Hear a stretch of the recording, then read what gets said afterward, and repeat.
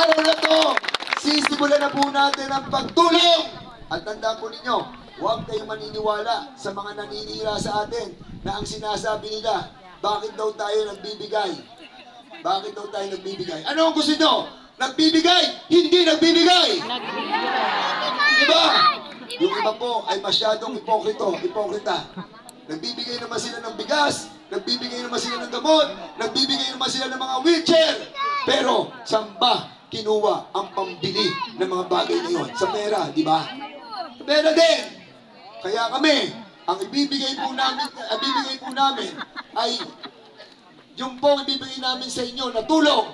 Hindi po namin alam ang lahat ng inyong pangangailangan.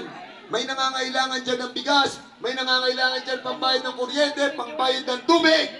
Bahala po kayo.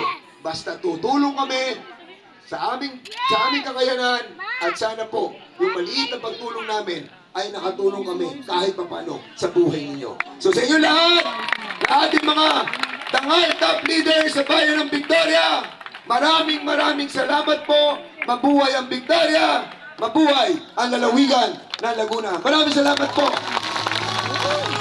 Ayan, maraming salamat po. Tayo po ay magsitayo.